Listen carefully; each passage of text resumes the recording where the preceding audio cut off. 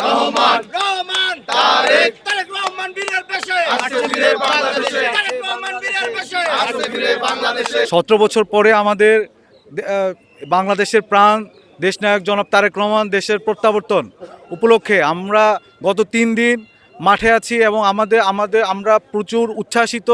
আমরা যারা এই দেশ নিয়ে গত 17 বছর নানানভাবে ষড়যন্ত্র করেছে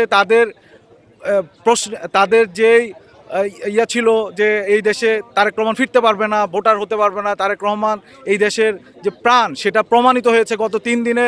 এই দেশের জনগণের আপামর জনতার যেই উচ্ছ্বাস, যে উদ্দীপনা এবং তারই একটা ইয়েতে আজকে দেশনায়ক জনাব তারেক রহমান ভোটার হওয়ার জন্য অলরেডি নির্বাচন কমিশনের ভিতরে আছে। আমরা ছাত্রদল, এই বাংলাদেশ জাতীয়তাবাদী ছাত্রদল, এই দেশের এই দলের অতন্ত্র প্রহরী হিসেবে আমরা মাঠে আছি। তাদের উদ্দেশ্যে একটা কথাই বলবো যে তাদের মুখে কলু পাড়তে হবে, তাদের মুখে চুনকালি পড়বে।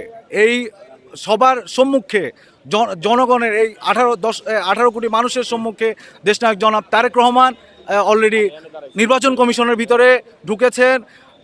আমাদের doctor Zubaida Rahman already voter হয়ে উনি ছবি তুলে বের হয়েছেন।